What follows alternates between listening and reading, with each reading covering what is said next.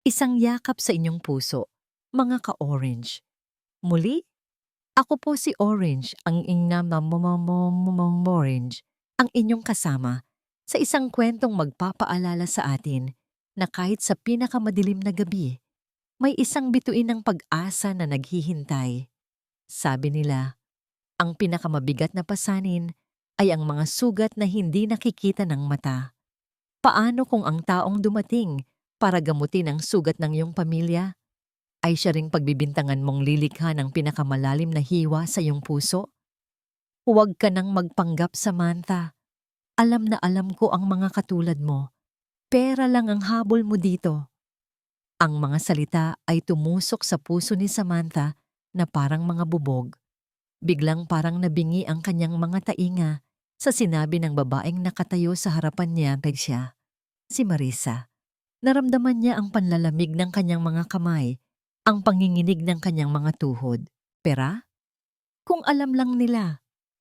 Kung alam lang nila ang laman ng sobrang sahod na halos hindi pa niya nagagalaw dahil ang bawat sentimo ay binabantayan niya para sa hinaharap ng dalawang batang hindi pa niya nakikita.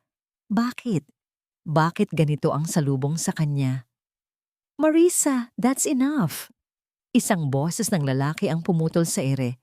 Malamig, walang emosyon. Si Gerald Smith, ang amo niya, ay nakatayo sa may pintuan ng malawak na sala. Ang mga mata ay nakatitig sa kanya na parang sinusuri ang bawat hibla ng kanyang pagkatao.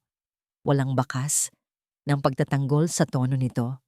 Tila isa lamang pagpapatigil sa isang hindi mahalagang ingay. Lumapit si Gerald. Hindi tinitingnan si Marisa, kundi diretso kay Samantha. Let me be clear, sabi nito. Bawat salita ay may bigat. You are here for my sons. You are a physical therapist. That is your only job. Tumango si Samantha, hindi magawang magsalita. Rule number 1. You will not touch anything that isn't related to your job. Ang mga gamit sa bahay na ito, lalo na ang mga gamit ng yumaong asawa ko, ay hindi mo gagalawin. Opo, sir. Halos pabulong na sagot ni Samantha. Rule number 2.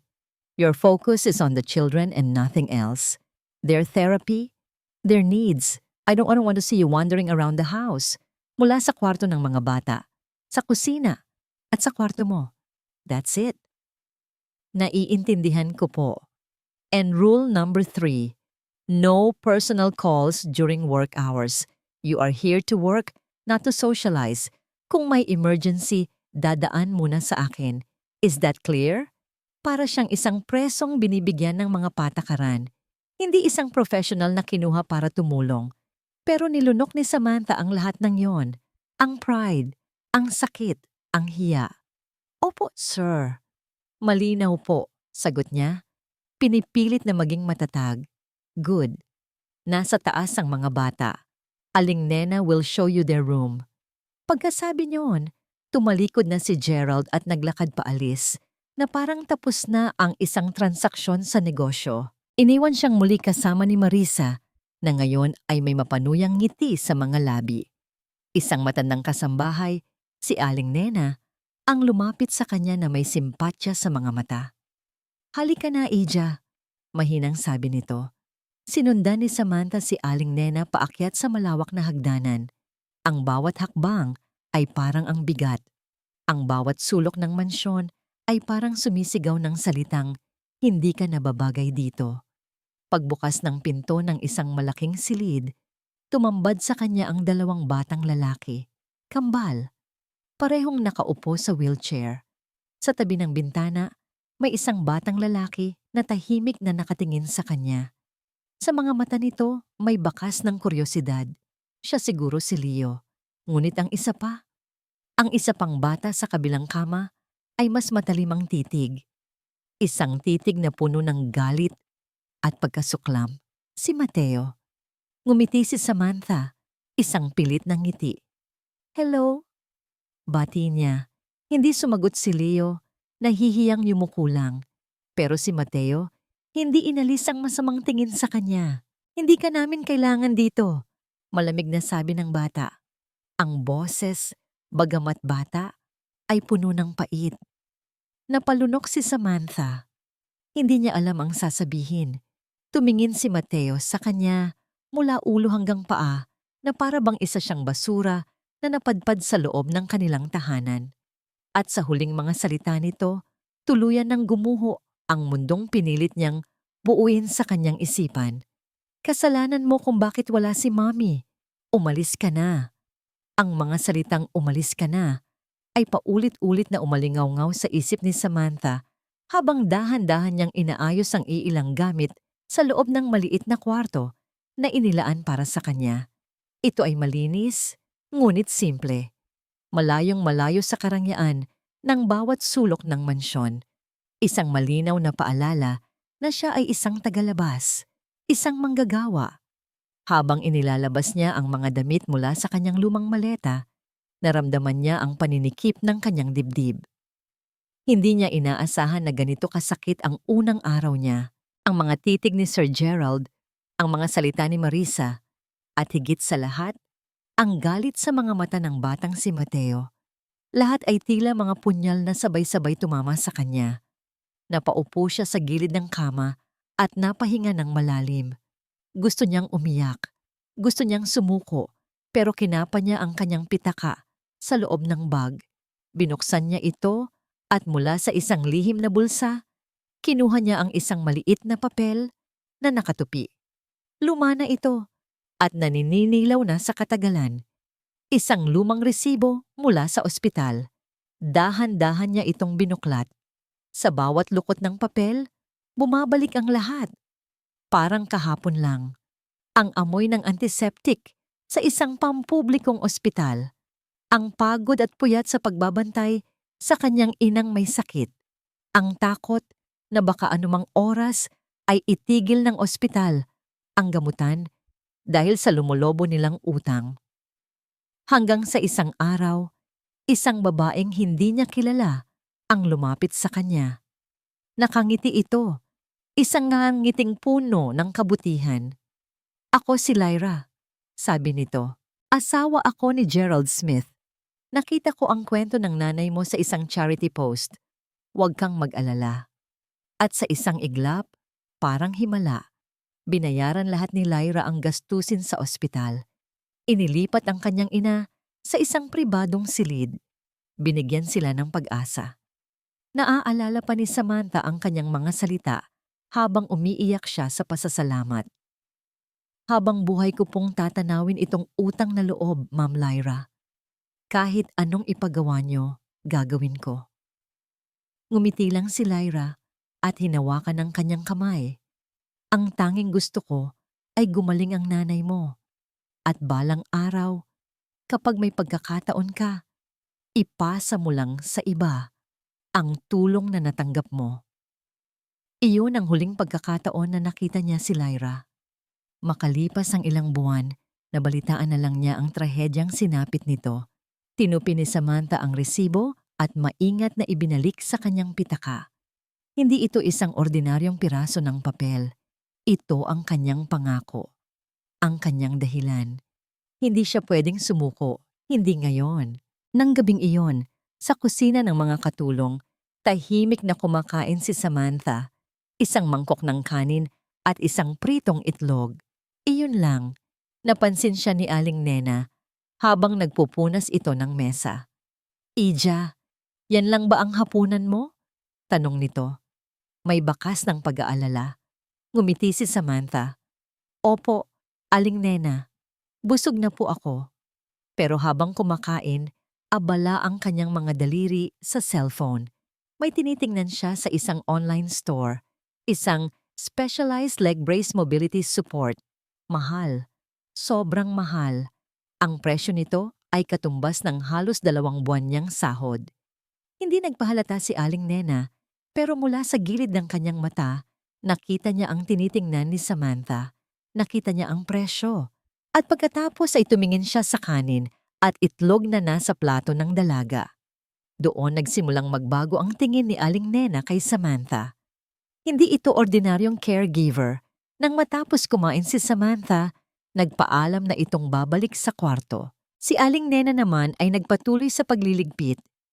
Habang naglalakad siya sa pasilyo, narinig niya ang boses ni Marisa mula sa library. Mahina ito, tila may kausap sa telepono. Oo, kailangan nating bilisan ang plano bago pa magbago ang isip ni Kuya. Siguraduhin mong malinis ang lahat. Napatigil si Aling Nena. Anong plano?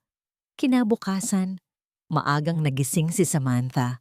Hinilingan siya ni Aling Nena na kung maari ay kumuha ng mga bagong kumot sa lumang bodega para sa mga bata. Tahimik niyang sinunod ito. Habang nasa loob ng bodega na medyo madilim at puno ng mga lumang gamit, isang bagay ang kumuha ng kanyang atensyon. Isang malaking kahon na may mga picture frame. Sa ibabaw nito, may isang frame na natatakpan ng alikabok. Pinunasan niya ito ng laylayan ng kanyang damit at bumungad sa kanya ang isang pamilyar na mukha. Ang maamong nangiti ni Lyra. Hindi niya napigilan ang sarili. Kinuha niya ang picture frame. Hinaplos niya ang salamin na para bang binubuhay muli ang alaala ng kabutihan nito. Ito ang anghel na nagligtas sa kanila. Salamat po, pabulong niyang sabi. Salamat sa lahat. Nandito na po ako para tuparin ang pangako ko. Anong ginagawa mo? Isang boses ang biglang dumagundong sa katahimikan ng bodega. Nanigas si Samantha. Dahan-dahan siyang lumingon. Nakatayo sa may pintuan si Gerald Smith. Ang mga mata niya ay nag-aapoy sa galit. Nakaturo sa kamay ni Samantha na may hawak na litrato. Bitiwan mo yan. Sa tindi ng pagkabigla, nabitawan ni Samantha ang hawak na picture frame. Gumawa ito ng malakas na ingay nang bumagsak sa sementadong sahig. Mabuti na lang at hindi nabasag ang salamin. Sir, pasensya na po. Nanginginig na sabi ni Samantha habang mabilis na pinupulot ang litrato. Hindi ko po sinasadya. Nakita ko lang po na, I told you my rules. Putol ni Gerald. Ang boses ay walang anumang bahidid ng pag-unawa. Bawat salita ay kasing talim ng yelo. Rule number 1, pinaliwala mo agad. Hindi po sa ganoon, sir. Hinahanap ko lang po ng kumot para sa mga bata. Tapos, I don't need your excuses. Sagot ni Gerald bago tumalikod. Just do your job at wala nang iba. Naiwan si Samantha na yakap-yakap ang picture frame. Tila isang kriminal na nahuli sa akto. Ang init na naramdaman niya kanina habang inaalala si Lyra ay napalitan ng nagyayelong kirot sa kanyang puso. Kinahapunan, habang nagkakape si Gerald sa may hardin, lumapit si Marisa at umupo sa tapat niya. May dala itong isang ngiti na kasing tamis ng pulot, ngunit may lason na nakatago sa likod nito. Kuya Gerald, kamusta naman si Samantha? Panimula nito. Mukhang okay naman siya sa mga bata, di ba? Hindi sumagot si Gerald. Humigop lang ng kape. Nagpatuloy si Marisa, ang boses ay nagbago. Naging tila nag-aalala. Naalala ko lang kasi, kuya. May kaibigan ako. Ganyan din. Kumuha ng bagong caregiver para sa anak niya. Sa simula, napakabait. Napakasipag. Akala mo hulog ng langit. Napatigil sa pag-inom si Gerald. Nakinig siya. Pero yun pala, sabi ni Marisa, humihinga ng malalim na parang ang bigat-bigat ng sasabihin. Habang tumatagal, unti-unti, may mga nawawalang gamit. Mga maliliit na bagay lang sa simula.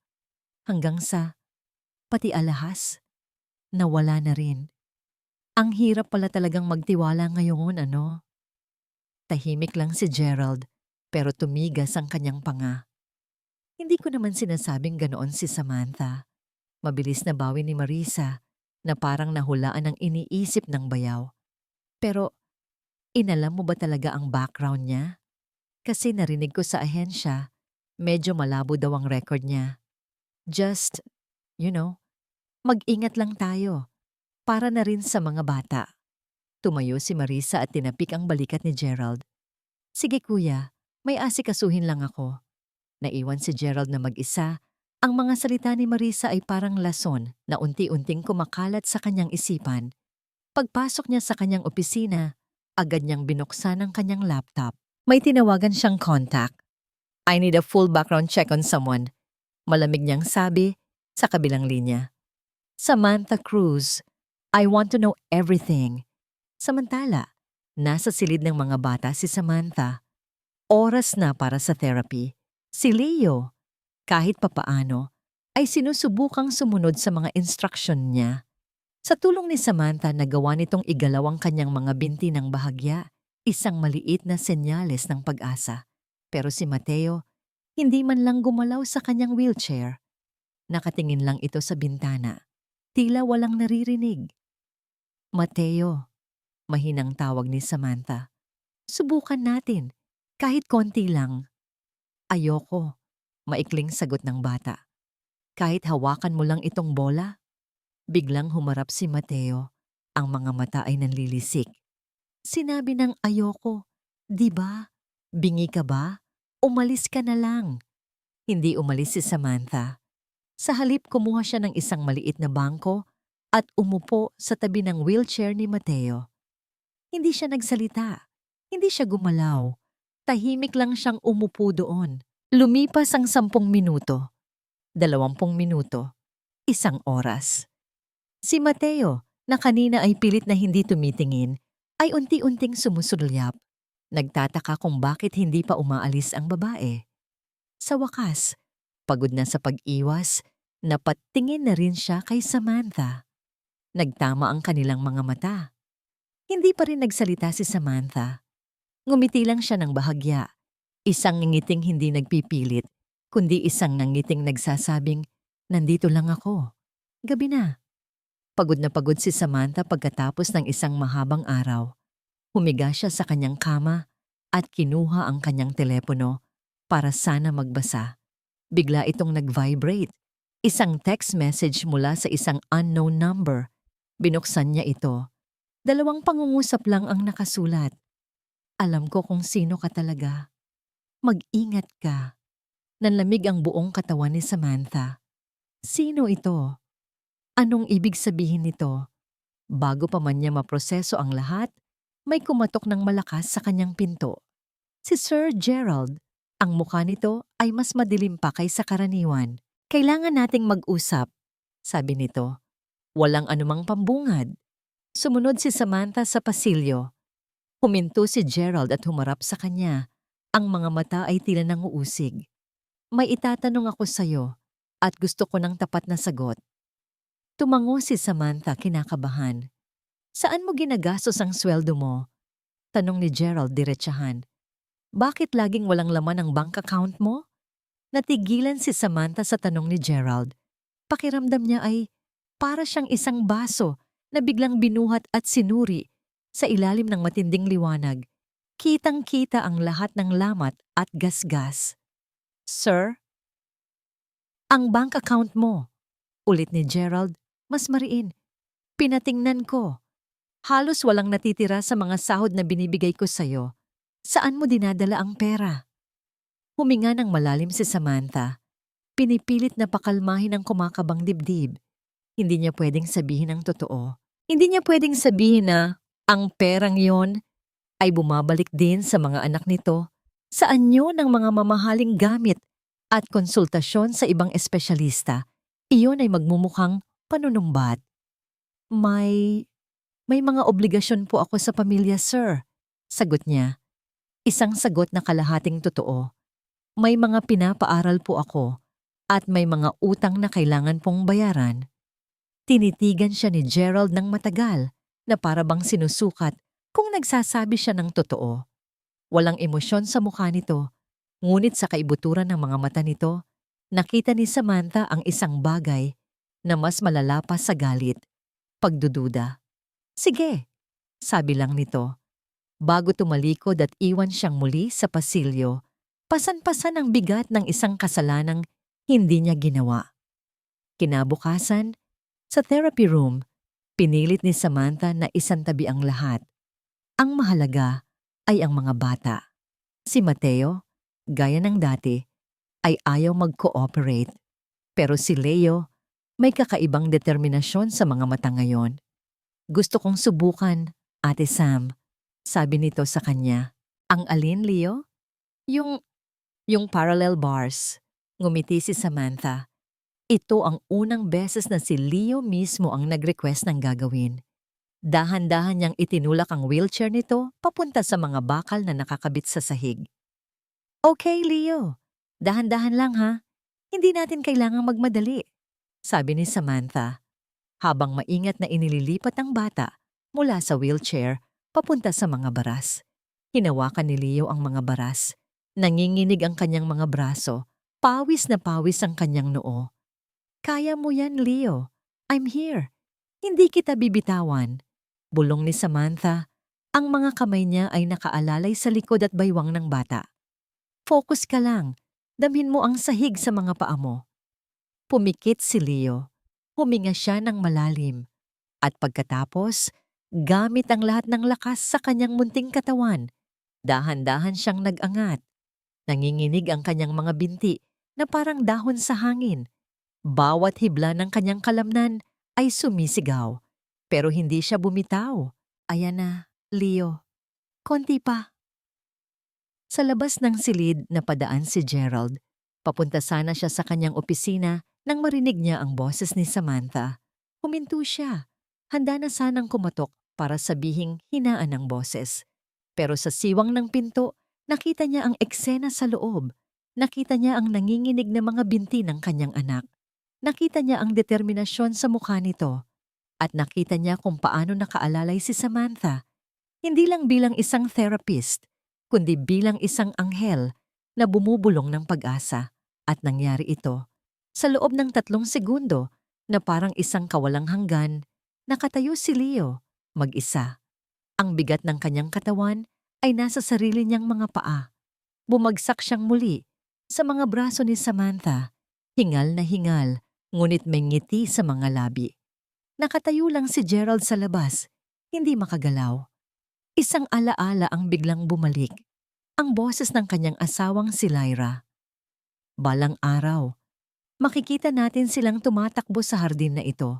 Mahal ko. Dahan-dahan niyang binuksan ang pinto. Napalingon si Samantha at Leo, parehong gulat. Naglakad si Gerald palapit. Lumuhod siya sa harap ni Leo at hinawakan ang kamay nito. May luhang namumuo sa gilid ng kanyang mga mata. You did it, son. You did it. Pagkatapos ay tumingin siya kay Samantha. Ang dating matigas na ekspresyon ay nawala. Napalitan ito ng isang bagay na hindi pa nakikita ni Samantha dati. Salamat, sabi niya. Mahina, nag-aalangan, pero totoo. Sa sandaling iyon, lahat ng sakit na naramdaman ni Samantha ay tila naglaho. At nang lumingon si Leo sa kanya, isang ngiti ang sumilay sa mga labi nito. Isang tunay na ngiti sa unang pagkakataon. Iyon ang pinakamagandang gantimpalang natanggap niya sa buong buhay niya. Ngunit sa may hagdanan sa di kalayuan, may isang taong nakasaksi sa lahat, si Marisa. Nakita niya ang ngiti ni Leo. Nakita niya ang paglambot sa mga mata ni Gerald. Nakita niya ang sandali ng kanilang tagumpay. At sa kanyang mga mata, isang malamig na apoy ang nag-alab. Nang gabing iyon, may kumatok sa kwarto ni Samantha, si Aling Nena. May dala itong isang maliit na box. Pinabibigay sa'yo, Ija. Wala lang pangalan, sabi nito. Nagtatakang binuksan ito ni Samantha. Sa loob, may isang lalagyan ng ube halaya. Ang paborito niyang panghimagas. Walang card. Walang anumang palatandaan kung kanino galing. Pero sa unang pagkakataon, sa loob ng mansyon, naramdaman niyang may nakakaalala sa kanya. Mamaya-maya, habang nag-aayos ng mga dokumento si Gerald sa kanyang opisina, dahan-dahang pumasok si Marisa. Ang mukha nito ay seryoso, puno ng pag-aalala. Kuya Gerald, tumingin si Gerald mula sa mga papel. Bakit, Marisa? Huminga ng malalim si Marisa na para bang naghahanda para sa isang masamang balita. I think may kailangan kang malaman tungkol sa kwintas ni ate. Ang usapan tungkol sa kwintas ay hindi na muling binuksan ni Gerald. Ngunit ang lason ay naitanim na.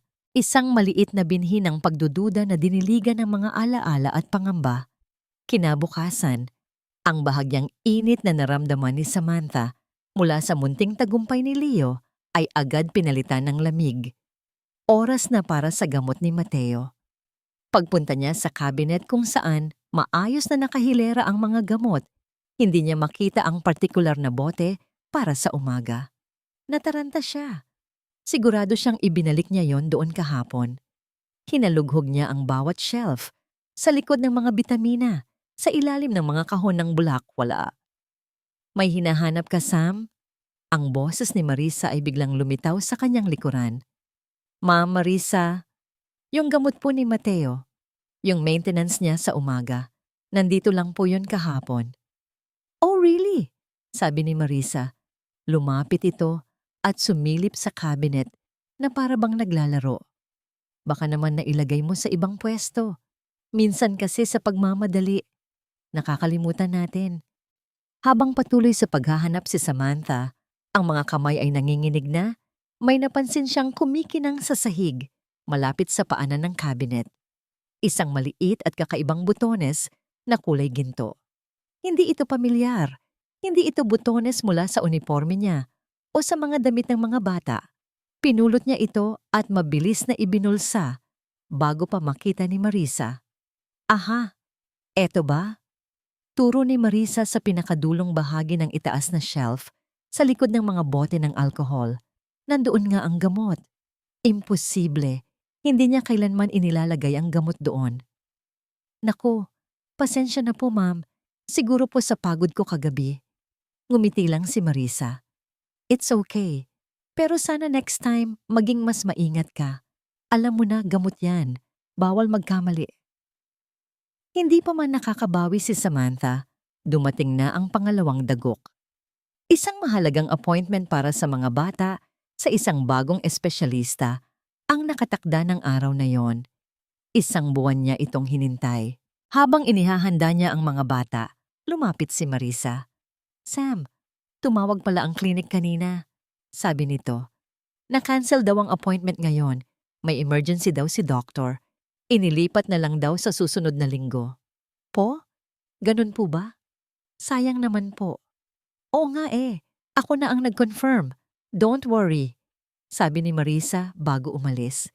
Kaya't hindi na itinuloy ni Samantha ang paghahanda. Sa halip, sinimulan na lang niya ang regular na therapy session. Makalipas ang 1 oras, habang nasa kalagitnaan sila ng ehersisyo ni Leo, biglang bumukas ng malakas ang pinto. Si Gerald, ang mukha niya ay kulimlim, mas madilim pa sa paparating na bagyo. Hawak niya ang kanyang telepono. Samantha, can you explain this? Tanong niya, ang boses ay mababa at puno ng galit. Tumawag sa akin ang klinik ni Dr. Reyes. Nagtatanong kung nasaan na daw tayo. We just missed the appointment. Nanlaki ang mga mata ni Samantha. Popo, pero sabi po ni Ma'am Marisa na cancel daw po. Si Marisa, ulit ni Gerald. Bakit mo inasa sa kanya ang responsibilidad mo? I hired you to manage their schedules, not her. Pero sir, siya po ang nagsabi sa akin na, enough! Sigaw ni Gerald, isang sigaw na yumanig sa buong silid. Napahawak ng mahigpit si Leo sa mga braso ng wheelchair. Una, yung gamot ni Mateo na kung saan-saan mo nilalagay. Ngayon naman, itong appointment na 3 buwan nating hinintay. This is unacceptable. Hindi na nakasagot si Samantha. Ang bawat salita ay parang sampal. Ang bawat paratang ay tumatagos hanggang sa kanyang kaluluwa. Gusto niyang ipagtanggol ang sarili, ngunit alam niyang walang lang maniniwala. Sa pagitan niya at ni Marisa, sino nga ba naman siya? Nang gabing iyon, habang nag-iisa siya sa kusina at tinitimpla ang sarili ng mainit na tubig, lumapit si Aling Nena.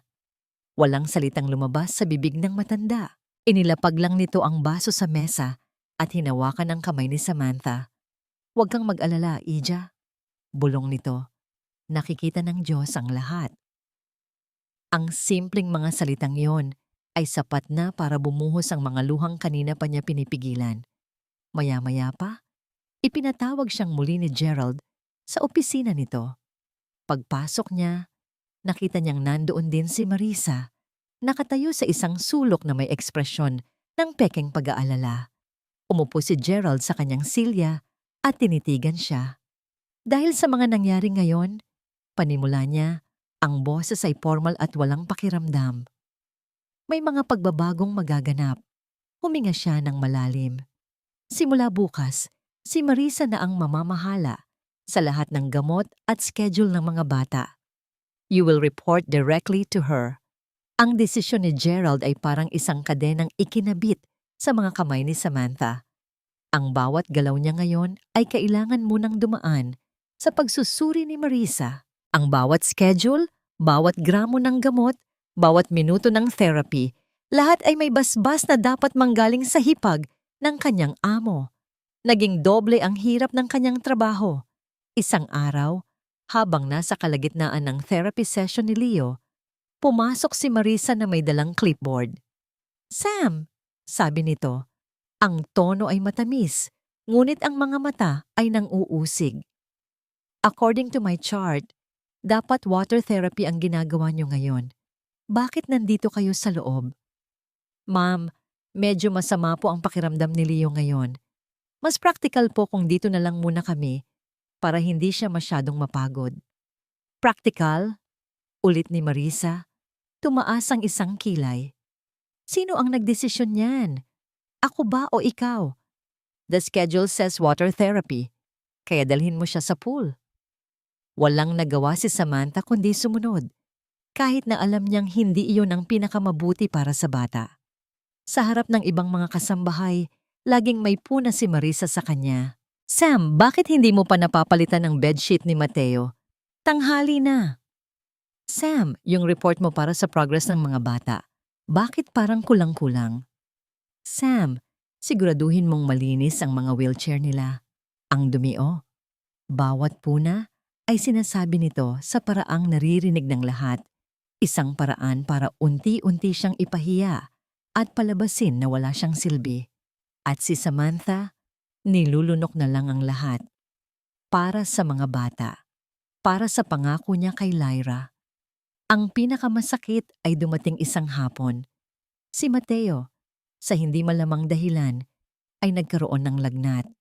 Agad siyang ang inasikaso ni Samantha. Pinunasan ng maligamgam na tubig at binantayan. Nang malaman ito ni Marisa, agad itong tumakbo papunta sa opisina ni Gerald. Makalipas ang ilang minuto, pareho na silang pumasok sa silid ni Mateo. "Anong nangyari dito?" tanong ni Gerald. Ang boses ay puno ng tensyon. "Kuya, hindi ko alam." Umiiyak na paliwanag ni Marisa. "Pag-akyat ko, ganito na lang si Mateo. Nanginginig sa lagnat at si Samantha, wala man lang ginawa kundi punasan siya." Humarap si Gerald kay Samantha. Ang mga mata ay nag-aapoy. "Bakit hindi mo agad sinabi sa amin? Bakit hindi mo siya dinala sa doktor?" "Sir, kakaumpisa lang po ng lagnat niya. Na-monitor ko po ang temperature niya at binigyan ko na po siya ng paracetamol galing sa first aid kit. Normal lang po itong lagnat na." "Huwag mo akong turuan ng trabaho ko," putol ni Marisa. "Responsibilidad mong bantayan sila. Kung may nangyaring masama sa pamangkin ko, kasalanan mo ito." Ang mga paratang ay masyadong mabigat. Ang mga kasinungalingan ay masyadong masakit. At sa pagkakataong yon, hindi na napigilan ni Samantha ang sarili. "Hindi po totoo yan," sabi niya. Ang boses ay mahina, pero matatag. "Anong sabi mo?" Gulat na tanong ni Marisa. "Ang sabi ko po, hindi totoo ang mga sinasabi niyo," ulit ni Samantha. Ngayon ay nakatingin na siya diretso kay Gerald. Bago pa man makapagsalita si Gerald, tinawag niya si Samantha sa kanyang opisina. Pagpasok nila, isinara ni Gerald ang pinto. Humarap siya kay Samantha. Ang mukha ay isang maskara ng pagkadismaya. "Listen to me," sabi niya nga. "Hindi ko alam kung anong laro ang nilalaro mo. Hindi ko alam kung bakit ka nandito. Pero nakikita ko na wala kang ginawang mabuti para sa pamilyang ito. Para siyang sinaksak." "Sir, hindi po." "If you are not here for the kids," putol ni Gerald, Ang boses ay mas malamig pa kaysa dati. Maybe you should just leave. This isn't a charity. Ang mga salitang yon ang tuluyang sumira sa puso ni Samantha. Ang lahat ng sakripisyo, ang lahat ng pagtitiis, lahat ay binaliwala. Sa pagkakataong ito, hindi na siya umiyak. Napalitan ng isang kakaibang kalmado ang kanyang sakit. Tumingin siya sa mga mata ng lalaking nasa harapan niya, ang lalaking asawa ng taong pinagkakautangan niya ng kanyang buhay. Hindi niyo po alam ang sakripisyo ko, sir. Sabi niya, ang boses ay kalmado, ngunit puno ng pait. At hinding-hindi ko sasayangin yon para lang sa pera. Pagkasabi noon, tumalikod na siya at lumabas ng opisina, iniwan si Gerald na natigilan sa kanyang mga salita. Sa pasilyo, nakita ni Samantha si Marisa na pasimpleng naglalagay ng isang sobre ng pera sa kamay ng isa sa mga bagong katulong. Nagtama ang kanilang mga mata. Isang nangiting tagumpay ang sumilay sa mga labi ni Marisa. Gabi na. Tahimik na pumasok si Samantha sa kanyang silid. Kumuha siya ng isang pirasong papel at isang ballpen. Umupo siya sa kanyang maliit na lamesa. Sa liwanag ng isang maliit na lamp, sinimulan niyang isulat ang mga salitang matagal nang dapat niyang binitawan. Dear Mr. Lima and Mr. Smith, isinulat niya ang kanyang resignation letter. Nakatiklop na ang resignation letter sa ibabaw ng lamesa. Handa nang ibigay ni Samantha kay Gerald kinabukasan. Ngunit bago pa man siya makatulog, may kumatok ng marahan sa kanyang pinto. Si Aling Nena. Ija, gising ka pa ba? Binuksan ni Samantha ang pinto. Nakita agad ng matanda ang liham sa lamesa at ang lungkot sa mga mata ni Samantha. Aalis ka na? Tanong ni Aling Nena. Ang boses ay puno ng panghihinayang. Tumangulang si Samantha. Hindi makapagsalita. Umupo si Aling Nena sa tabi niya. Alam mo, Ija, bukas ay kapistahan ng ating barangay. Isang beses sa isang taon lang yan. Ang yumaong si Ma'am Lyra, paborito niya ang araw na yan. Lagi niyang sinasama ang mga bata para makita ang parada. Tumingin ang matanda sa mga mata ni Samantha. Bago ka umalis, sana man lang maranasan mo muna ang huling kasiyahan na paborito ng taong dahilan kung bakit ka nandito. Gawin mo na lang para sa kanya. Ang mga salita ni Aling Nena ay tumagos sa puso ni Samantha. Para kay Lyra. Kinabukasan hindi niya ibinigay ang sulat. Sa halip, ginising niya ang mga bata nang mas maaga kaysa karaniwan. Saan tayo pupunta, Ate Sam? Tanong ni Leo na may kislap ng pananabik sa mga mata. Sa fiesta. Masayang sagot ni Samantha. Maging si Mateo, kahit hindi nagsasalita, ay hindi maalis ang tingin sa mga makukulay na banderitas na tanaw mula sa kanilang bintana.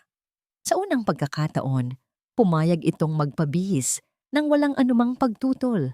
Sa fiesta, ang hangin ay puno ng amoy ng barbecue at bibingka at ng tunog ng masayang musika. Itinulak ni Samantha ang dalawang wheelchair sa gitna ng mga tao. Ang mga mata ng kambal ay nanlalaki sa tuwa sa lahat ng kanilang nakikita.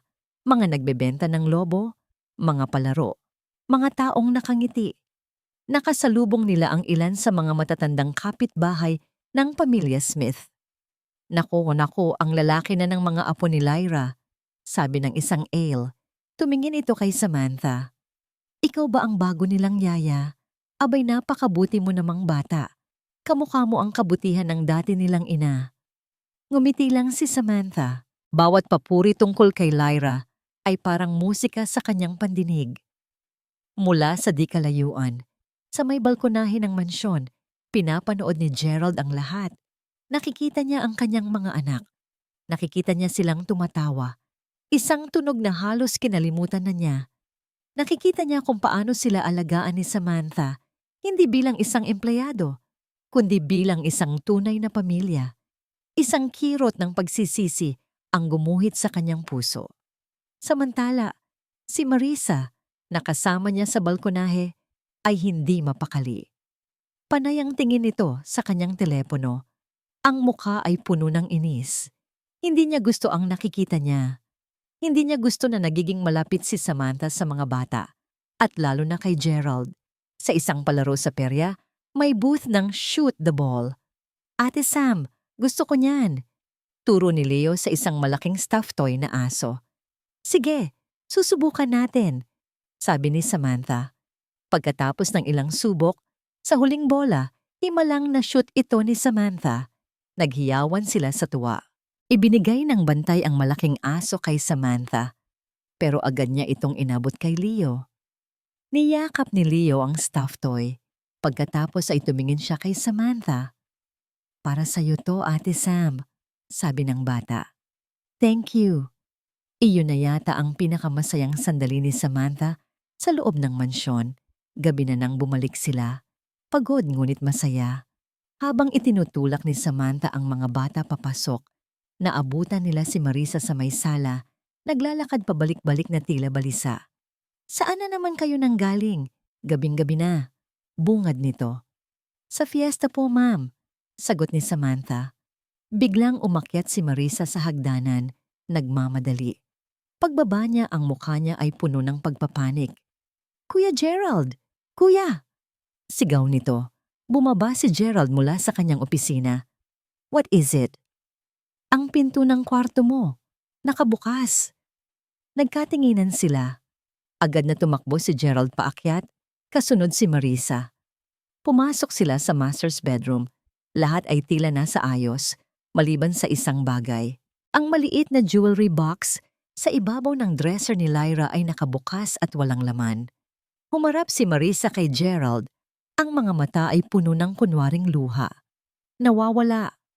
Sigaw niya, ang boses ay nanginginig sa drama. Ang kwintas ni ate, ninakaw. Ang sigaw ni Marisa ay umalingaw-ngaw sa buong kabahayan. Agad na nagunahan, sa pag-akyat ang mga kasambahay, ang mga mukha ay puno ng pag-usisa at takot. Nakatayo si Samantha sa ibaba ng hagdanan, kasama ang dalawang bata. Ang puso niya ay kumakabog ng napakabilis. Ninakaw? Ang kwintas ni Lyra? Ang pinakainiingatang alahas nito? Walang pwedeng umalis ng bahay na ito. Utos ni Gerald. Ang boses ay nangingibabaw sa lahat. Bumaba siya ng hagdan. Ang mukha ay tila bakal sa tigas. Lahat kayo. Dito lang sa sala. Sumunod ang lahat. Ang mga katulong ay nagbubulungan. Si Leo at Mateo ay tahimik lang sa kanilang mga wheelchair. Ramdam ang bigat ng tensyon sa paligid. Kuya, sino namang gagawa nito? Umiiyak na tanong ni Marisa. Ngunit ang mga mata niya ay pasimpleng sumusulyap kay Samantha. Napakawalang hiya niya. Ang pinakamahalagang alaala ni ate. Naglakad si Gerald sa gitna ng sala. Tiningnan niya ang bawat isa sa kanyang mga tauhan. Ngunit ang mga mata niya ay pinakamatagal na tumigil kay Samantha. Sino lang ang may access sa master's bedroom bukod sa akin? Tanong ni Gerald, ang tanong ay para sa lahat. Pero ang titig ay para lang sa isa. Walang umimik. Kuya, nagsalita si Marisa. Ang boses ay nag-aalangan na para bang ayaw niyang sabihin ang sasabihin. Ayokong magbintang pero, di ba? Binigyan ko ng spare key si Sam. Para sa emergency, sabi ko, baka sakaling kailanganin ng mga bata. Lahat ng mga mata ay napunta ngayon kay Samantha. Hindi po totoo yan, ma'am.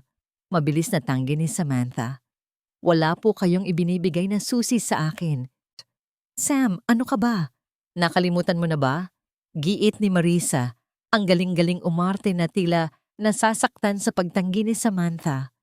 At kuya, dagdag pa ni Marisa, ang boses ay halos pabulong na. Ayokong isipin ito pero, di ba? May problema siya sa pera. Yun na. Ang huling pako sa kabaong. Ang motibo. Ang oportunidad. Ang lahat ay nakaturo sa kanya. Hindi ko po magagawa yan, sabi ni Samantha. Ang mga luha ay nagsisimula nang mamuo sa kanyang mga mata. Tumingin siya kay Gerald, nagmamakaawa. Sir, maniwala po kayo sa akin. Ngunit ang mukha ni Gerald ay sarado.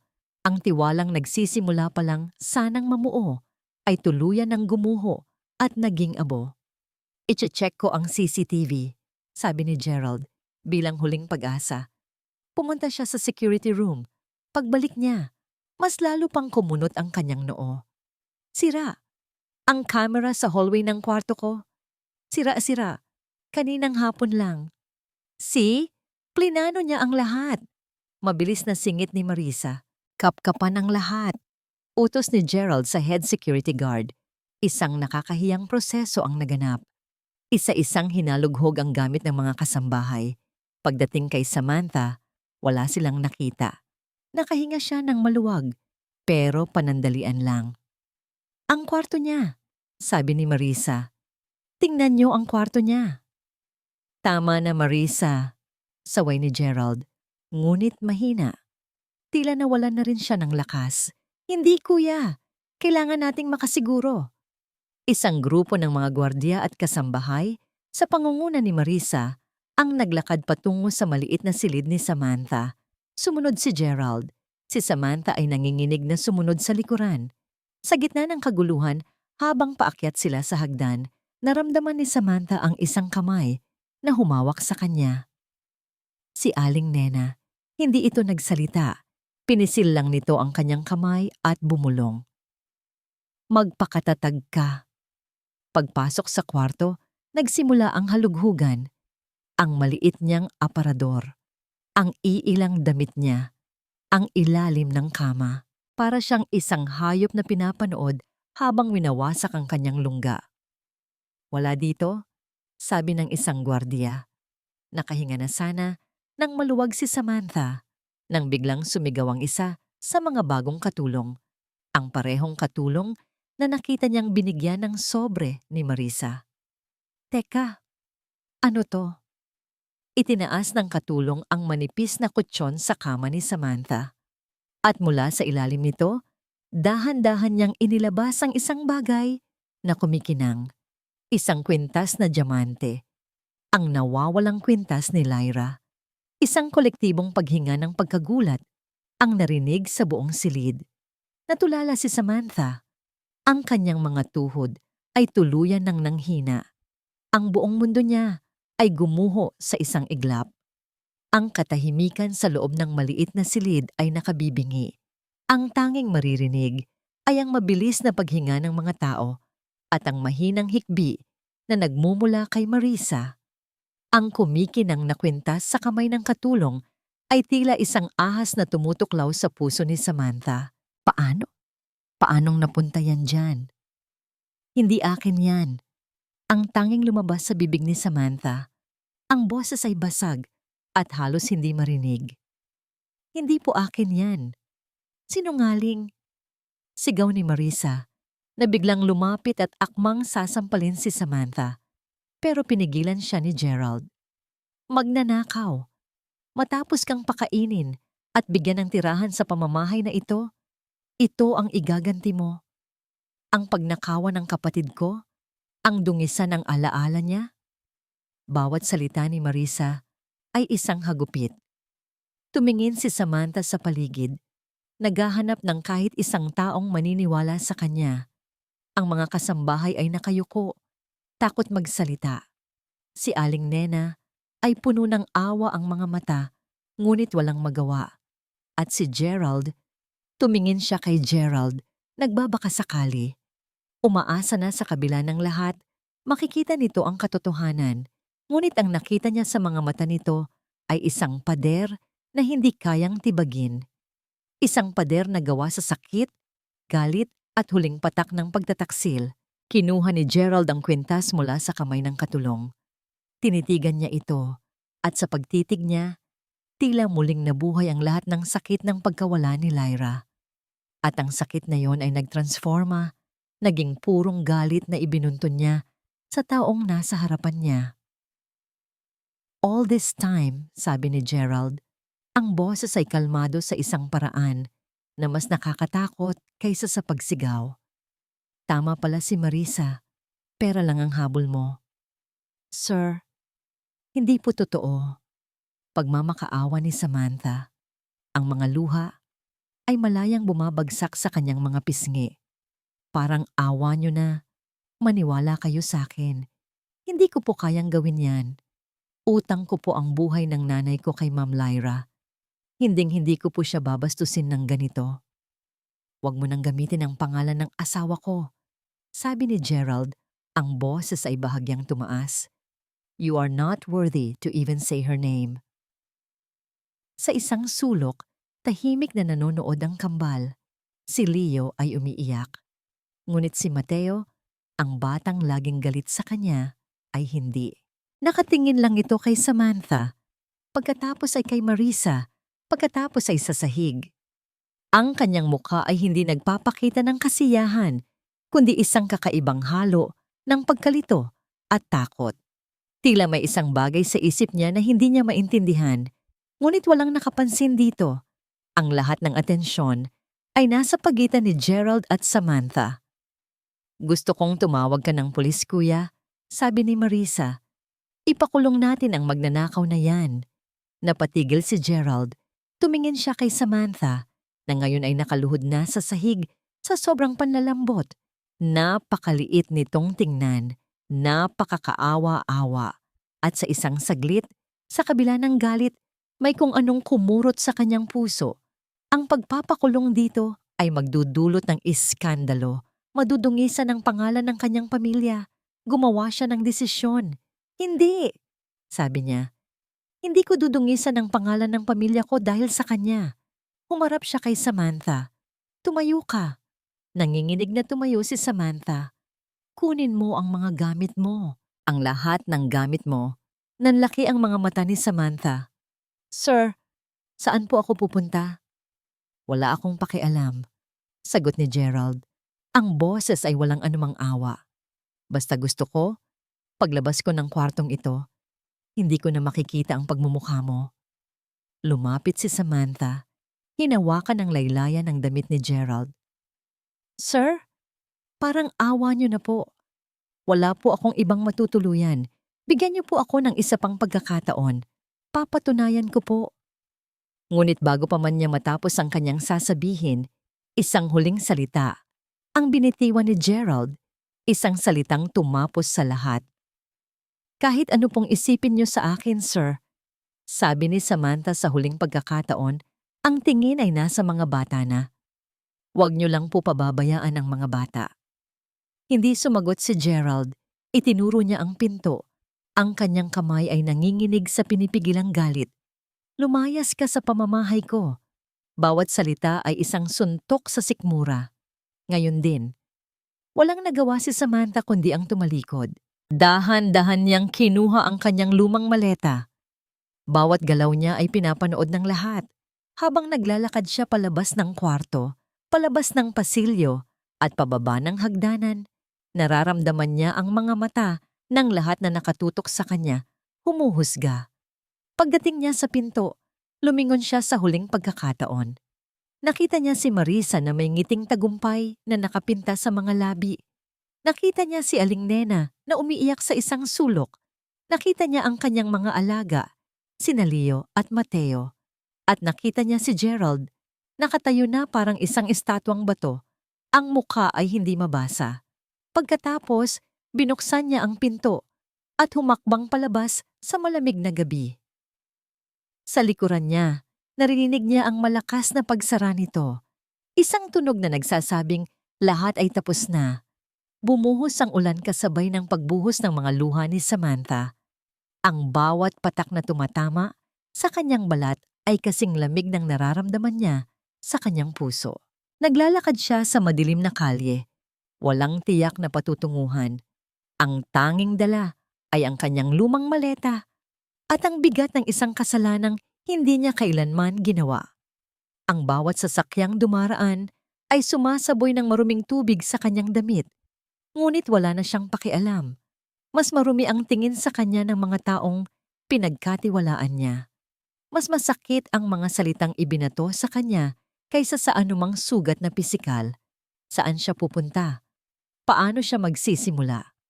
Ang mga tanong ay paulit-ulit na umiikot sa kanyang isipan, ngunit lahat ay walang kasagutan. Samantala, sa loob ng mansyon, ang ingay ng sigawan at iyakan ay napalitan ng isang nakabibinging katahimikan. Nakatayo si Gerald sa harap ng malaking bintana ng kanyang opisina, pinapanood ang pagpatak ng ulan. Inaasahan niyang makakaramdam siya ng ginhawa, ang kapayapaan, ng hustisya para sa alaala ni Lyra. Ngunit wala. Wala siyang naramdaman kundi isang malaking espasyo sa kanyang dibdib. Isang nakakatakot na kahungkagan. Paulit-ulit na bumabalik sa kanyang isipan ang huling mga salita ni Samantha. Ang paraan ng pagmamakaawa nito. Utang ko po ang buhay ng nanay ko kay Ma'am Lyra. Hinding-hindi ko po siya babastusin ng ganito. May isang bagay sa tono nito na hindi tunog kasinungalingan. Isang bagay na purong-puro ang sakit. Pagkatapos ay naaalala niya ang mukha ng kanyang anak na si Mateo. Sa gitna ng gulo, hindi ito masaya. Hindi ito nagdiwang na napalayas na ang kinaiinisan nitong caregiver. Ang nakita niya sa mukha nito ay hindi galit, kundi takot. Pagkalito. Bakit? Hindi na siya nakatiis. Dahan-dahan siyang naglakad palabas ng opisina at pumunta sa silid ng mga bata. Tulog na si Mateo. Ngunit si Leo, kahit tulog, ay mahigpit na yakap-yakap ang isang bagay. Ang malaking stuffed toy na aso na napanalunan ni Samantha para sa kanya sa fiesta. Lumapit si Gerald at hinaplos ang ulo ng anak. Tiningnan niya ang laruan. Isang mumurahing stuffed toy. Ngunit para kay Leo, ito ay isang kayamanan. Isang simbolo ng isa sa mga pinakamasayang araw na naranasan niya mula nang mawala ang kanilang ina. Isang alaala na ibinigay ng babaeng ilang oras lang ang nakalipas ay pinalayas niya na parang isang aso.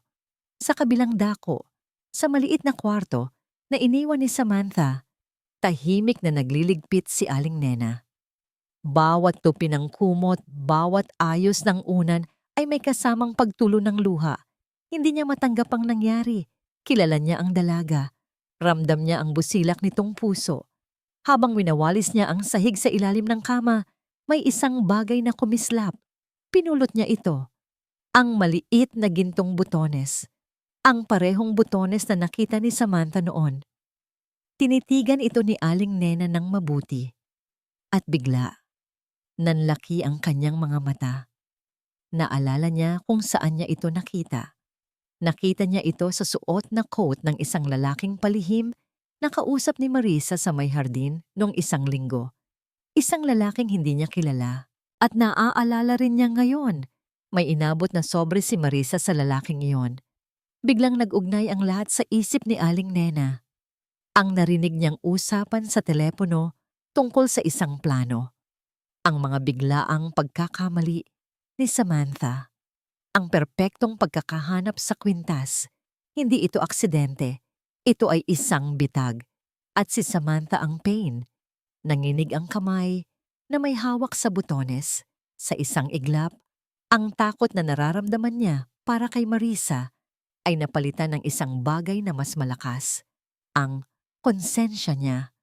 Ang utang na loob niya sa yumaong si Lyra na protektahan ang pamilya nito. Hindi lang mula sa mga tagalabas, kundi pati na rin sa mga ahas sa loob ng pamamahay. Hindi ito tama. Kailangang malaman ni Sir Gerald ang totoo. Mahigpit niyang isinara ang kanyang palad. Ang matigas na butones ay nakabaon doon na parang isang sandata. Dahan-dahan siyang lumabas ng kwarto ni Samantha at naglakad patungo sa opisina ni Gerald. Bawat hakbang ay may bigat. Ngunit mayroon ding determinasyon. Naabutan niyang nakaupo si Gerald sa dilim.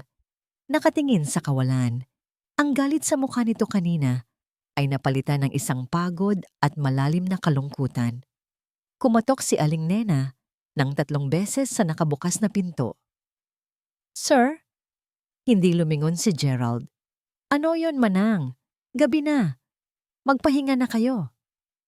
"Sir, pasensya na po sa abala," sabi ni Aling Nena. Pumasok siya at isinara ng bahagya ang pinto sa kanyang likuran. "Pero may isang bagay po kayong dapat makita." Sa wakas ay lumingon si Gerald. Ang mukha ay nagtatanong. Dahan-dahang inilahad ni Aling Nena ang kanyang palad at ipinakita ang gintong butones. "Isang butones lang yan, manang," sabi ni Gerald walang interes. "Sir," pagpapatuloy ni Aling Nena, ang boses ay hindi nanginginig. "Ang butones pong yan ay nakita ni Samantha malapit sa cabinet ng gamot. Noong araw na sinabi ni Ma'am Marisa na nawala ang gamot ni Mateo. At ngayon po, nakita ko ulit sa ilalim ng kama niya kung saan hindi niya ito makikita." Nagsimulang magbago ang ekspresyon ni Gerald. Nakinig siya. "At Sir Gerald," sabi ni Aling Nena, huminga siya ng malalim para sa huling pinakamabigat na revelasyon. "Ang butones pong ito, sigurado po ako. Nakita ko po sa suot na coat ng lalaking palihim na kinausap ni Ma'am Marisa sa may hardin nung isang linggo." Natigilan si Gerald. Ang buong katawan niya ay nanigas. Ang utak niya ay nag-uugnay ng mga impormasyon. Isang estranghero, isang lihim na pag-uusap, isang butones na naiwan sa dalawang magkaibang lugar kung saan may nangyaring kapabayaan. Tumingin siya sa butones, pagkatapos ay sa tapat na mukha ni Aling Nena. Lumapit ang matanda sa kanyang lamesa. Inilapag nito ang butones sa makintab na kahoy. "Sir Gerald, may kailangan po kayong malaman at mayroon akong pruweba." Ang salitang pruweba ay tumatak sa isipan ni Gerald na parang marka ng mainit na bakal. Tumingin siya kay Aling Nena. Ang pagod sa kanyang mga mata ay napalitan ng matinding pag-usisa. "Anong pruweba, manang?" Kinuha ni Aling Nena ang kanyang luma at simpleng cellphone mula sa bulsa ng kanyang duster. Medyo nanginginig ang kanyang mga kamay habang pinipindot niya ito. "Sir, noong araw na narinig ko si Ma'am Marisa na may kausap sa telepono, hindi ko po sinasadya. Pero kinabahan po ako sa narinig kong plano," paliwanag ng matanda. "Kaya po, nirecord ko." Natigilan si Gerald. Ipinatong ni Aling Nena ang cellphone sa lamesa at pinindot ang play. Isang mahinang audio recording ang umalingaw-ngaw sa tahimik na opisina. Ang boses ni Marisa, malinaw at hindi maikakaila. "Oo, kailangan nating bilisan ng plano bago pa magbago ang isip ni Kuya. Siguraduhin mong malinis ang lahat. Walang pwedeng maging ebidensya. Basta sumunod ka lang sa usapan natin, malaki ang makukuha mo. Pagkatapos nito, akin na ang guardianship." Guardianship. Ang salitang iyon ay sumampal kay Gerald nang mas malakas pa kaysa sa ulan sa labas. Hindi lang ito simpleng selos o inggit. Ito ay isang kalkuladong plano para makuha ang kontrol sa kanyang mga anak. At sa kanilang mana, pinatay ni Aling Nena ang recording. "Sino ang lalaking kausap niya, manang?" tanong ni Gerald. Ang boses ay kalmado ngunit may panganib na nakatago sa ilalim nito. "Hindi ko po kilala, sir. Pero matangkad po at may peklat malapit sa kaliwang kilay." Tumango si Gerald. Ang bawat piraso ng impormasyon ay tila isang piraso ng puzzle na unti-unting nabubuo sa kanyang isipan. At ang larawang lumalabas ay isang halimaw na hindi niya inaasahan. "Salamat, manang," sabi niya kay Aling Nena. "Maraming salamat. Makakaasa kang hindi masasayang ang tiwalang ibinigay mo." Nang makaalis si Aling Nena, naiwan si Gerald na mag-isa kasama ng dagundong sa kanyang dibdib. Galit, pagsisisi, hiya, lahat ay naghahalo-halo. Paano siya naging ganito kabulag? Paano niya nagawang pagdudahan ang isang taong walang ginawa, kundi tumulong at nagtiwala sa isang taong ang tanging hangad pala ay manakit? Tumingin siya sa isang litrato sa kanyang lamesa. Ang nakangiting mukha ni Lyra. "I'm sorry, mahal," bulong niya. "I'm so sorry." Kinuha niya ang gintong butones at inilagay sa isang maliit na plastic bag. Pagkatapos, binuksan niya ang kanyang laptop. Hindi na siya nag-abalang tingnan pa ang bank account ni Samantha. Alam na niya ngayon kung bakit laging walang laman iyon. Ang pera ay hindi napunta sa luho, kundi sa pag-asa. Sa halip, binuksan niya ang online statement ng credit card na ibinigay niya kay Marisa para sa mga gastusin ng bahay. Isa-isa niyang sinuri ang bawat transaksyon. Mga salon, mga mamahaling restaurant, mga boutique. Normal. Ngunit may isang bagay na hindi normal. Mga paulit-ulit na malalaking cash withdrawal mula sa isang ATM na malapit sa isang kilalang kasino. Doon na niya naintindihan ang lahat.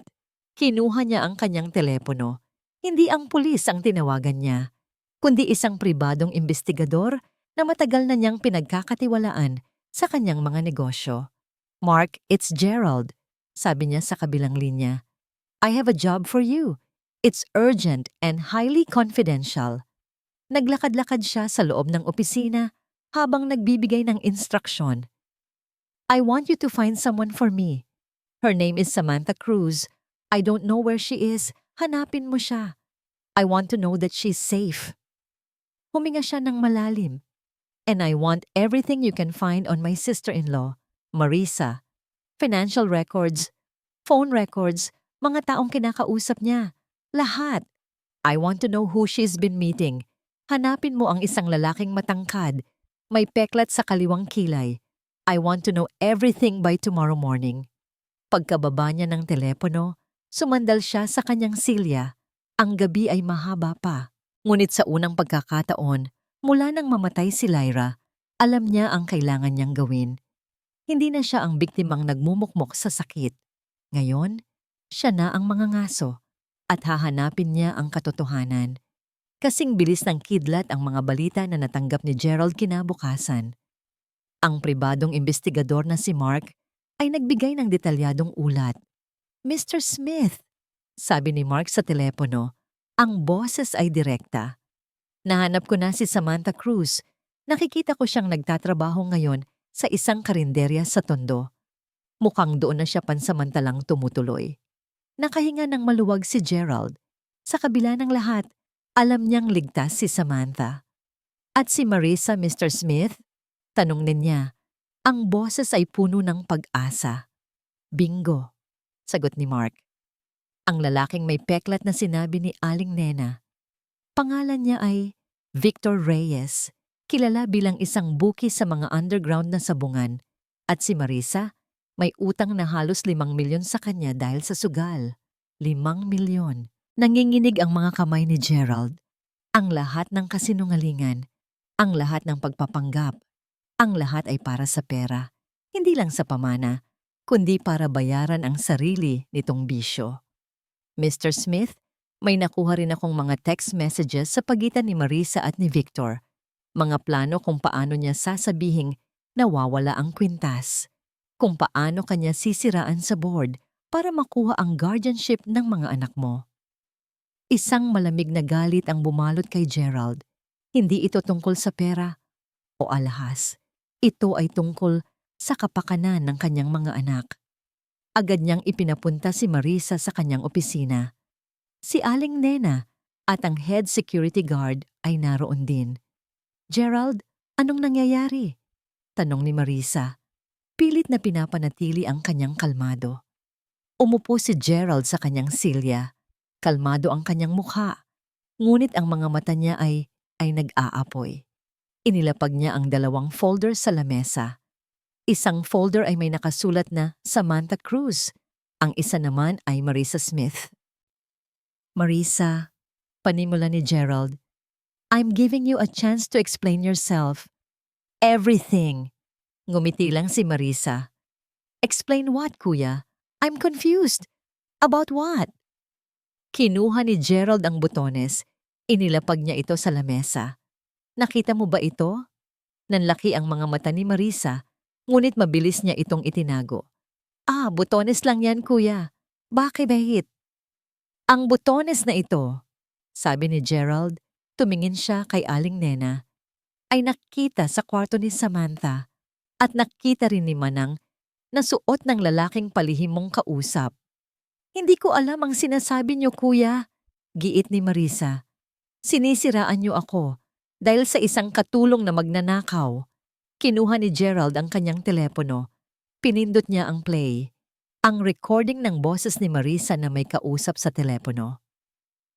"Oo, Kailangan nating bilisan ang plano bago pa magbago ang isip ni Kuya.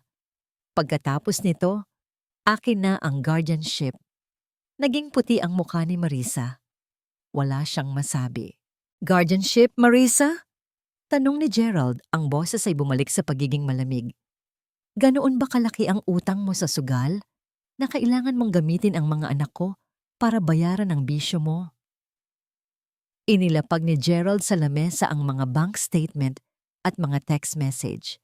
Mga litrato ni Marisa kasama si Victor Reyes. Gumuho si Marisa.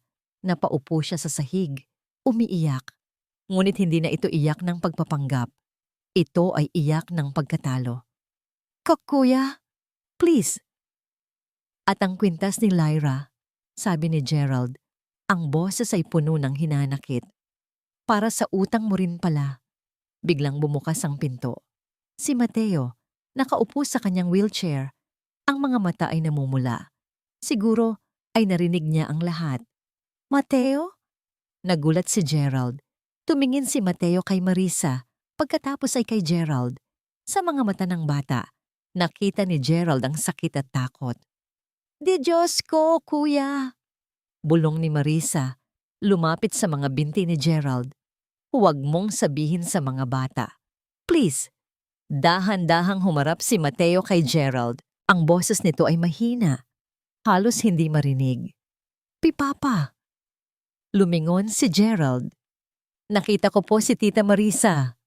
Sabi ni Mateo, ang kanyang mga kamay ay nanginginig. Sa kwarto ni Ate Sam, bago po nahanap yung kwintas. Ang revelasyon ng bata ay parang isang dagundong na dumurog sa huling pader. Natulala si Marisa, pati si Gerald, ang sarili niyang anak ang nagbunyag ng katotohanan.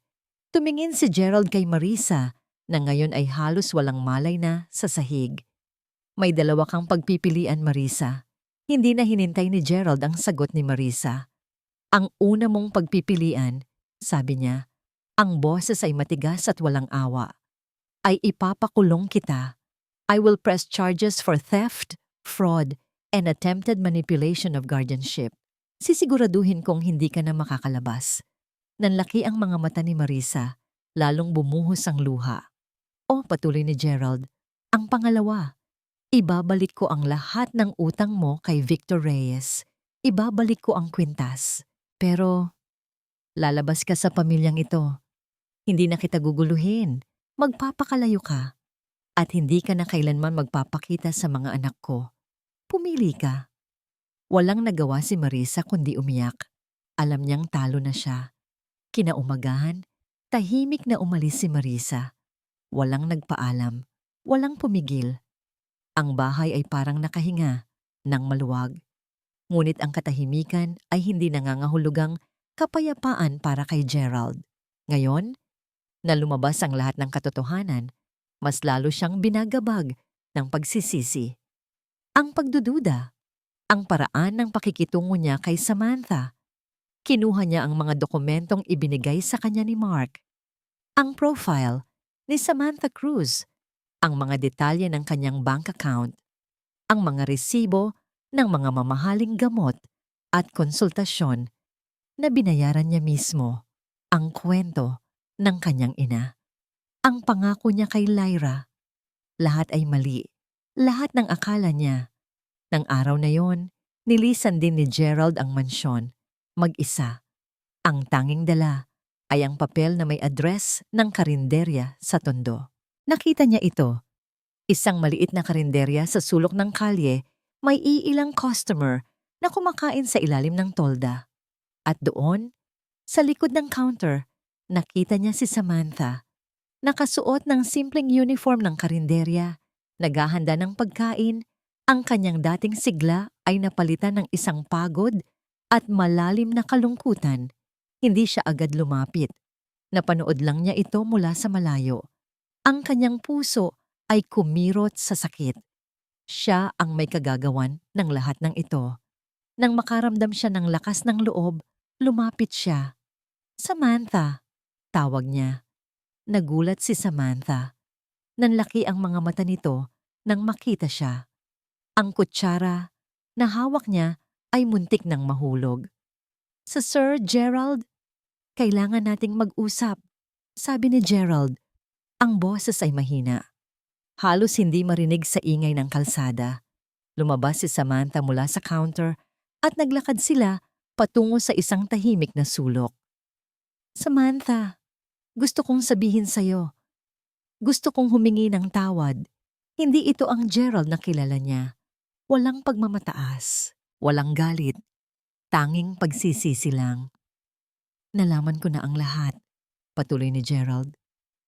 Ang tungkol kay Marisa, ang tungkol sa iyong utang na loob kay Lyra, ang mga ginastos mo para sa mga anak ko, ang lahat ng sakripisyo mo. Inilabas niya ang isang brown envelope. Ito ang mga dokumento na nagpapatunay na inosente ka. Nilinis ko na ang pangalan mo. At ito, inilabas niya ang isang papel. Ang kwintas ni Lyra. Nahanap na. Inilahad niya ang lahat kay Samantha. Ang mga mata ni Samantha ay puno ng luha. Ngunit hindi na ito luha ng sakit, kundi luha ng kaluwagan. Hindi ko hinihiling na bumalik ka sa mansyon, Samantha. Hindi ko hinihiling na bumalik ka para sa mga anak ko o para sa akin. Tumingin siya diretso sa mga mata ni Samantha. Hinihiling ko lang na sana, balang araw, mapatawad mo ako. Dahil sa lahat ng ginawa ko sa'yo, Samantha, alam kong may malaking utang na loob ako sa'yo at hindi ko alam kung paano ko iyon mababayaran. Tumayo si Gerald at iniwan ang mga dokumento at isang sulat na kanyang isinulat. Paalam, Samantha. Pagkaalis ni Gerald, nanatili si Samantha sa kanyang kinauupuan. Nanginginig ang kanyang mga kamay habang dinampot ang sulat. Binuksan niya ito. Ito ay sulat kamay ni Gerald. Samantha, hindi sapat ang salitang pasasalamat para sa lahat ng ginawa mo. Hindi ko sukat akalain na may isang taong kayang magsakripisyo ng ganoon kalaki para sa isang pamilyang hindi naman niya kadugo.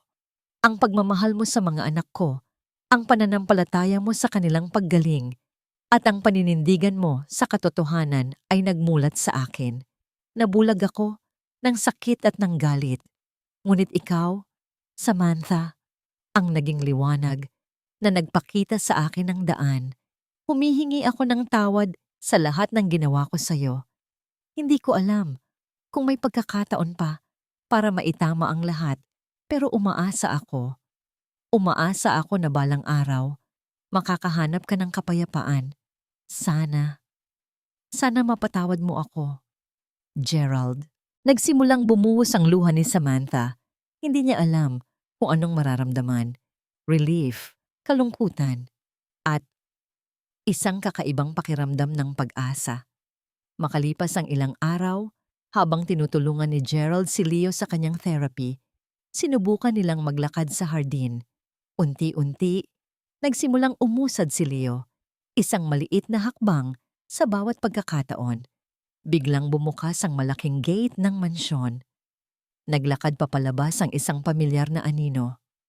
Si Samantha. Nakatayo siya sa gate, hawak-hawak ang sulat ni Gerald. Nakatitig sa kanila. Ang mga mata ay puno ng desisyon. Ang pagdating ni Samantha sa gate ng mansyon ay parang isang bagong pagsikat ng araw. Hindi siya nagsalita, ngunit ang kanyang presensya ay nagdulot ng isang kakaibang kapayapaan sa puso ni Gerald. Humakbang siya palapit. Ang mga mata ay nakatitig kay Leo na pilit na gumagapang sa hardin. Ate Sam, sigaw ni Leo. Ang nangiti ay sumisikat na parang araw. Sa sandaling iyon, alam ni Gerald na ginawa niya ang tamang desisyon. Hindi niya kailangan ng salita. Ang pagbalik ni Samantha ay sapat na. Isang taon ang lumipas. Ang Mansion Smith, na dating puno ng katahimikan at kalungkutan, ay muling napuno ng tawanan at pag-asa. Si Leo at Mateo, sa walang sawang paggabay ni Samantha, ay nakakapaglakad na ngayon gamit ang mga tungkod at minsan ay naglalakad pa nga ng mag-isa sa tulong ng walker. Bawat hakbang ay isang tagumpay. Bawat ngiti ay isang patunay na ang pag-asa ay totoo. Si Marisa matapos ang lahat ay napagdesisyonan ni Gerald na bigyan ng isa pang pagkakataon. Ipinadala niya ito sa isang rehab facility para sa mga sugarol. Sa simula ay puno ng galit at pagtanggi si Marisa. Ngunit sa paglipas ng panahon, unti-unting naintindihan niya ang kanyang mga pagkakamali. Muling natuto siyang magpakumbaba at umasa. Bagamat hindi na siya bumalik sa mansyon, madalas siyang bumibisita sa rehab facility kung saan nagpapakita siya ng tunay na pagsisisi at pagbabago. Ang relasyon ni Gerald at Samantha ay dahan-dahang lumago. Mula sa pagiging magkaaway, naging magkaibigan, hanggang sa naging higit pa. Hindi ito isang pag-ibig na nagmamadali, kundi isang pag-ibig na binuo sa pundasyon ng pagtitiwala, respeto, at pagpapatawad. Araw-araw, nakikita ni Gerald ang kabutihan ni Samantha, ang kanyang pagmamahal sa mga anak niya, at ang kanyang walang sawang pag-asa. At araw-araw, nakikita ni Samantha ang pagbabago ni Gerald, ang pagiging mas bukas, mas mapagmahal, at mas maligaya. Isang hapon, pumunta sila sa sementeryo. Ang pamilya Smith, Gerald, Samantha, Leo, at Mateo ay nakatayo sa harap ng puntod ni Lyra. Nagdala sila ng mga bulaklak. Hinawakan ni Gerald ang kamay ni Samantha. Tumingin siya sa pangalan ni Lyra sa marmol. "Salamat, mahal," bulong niya. Hindi sa hangin, kundi sa kanyang puso. "Salamat sa iyo. At salamat sa kanya for bringing back the light to our home." Niyakap ni Samantha ang dalawang bata. Tiningnan niya si Gerald at sa mga mata niya, nakita niya ang isang hinaharap na puno ng pag-asa.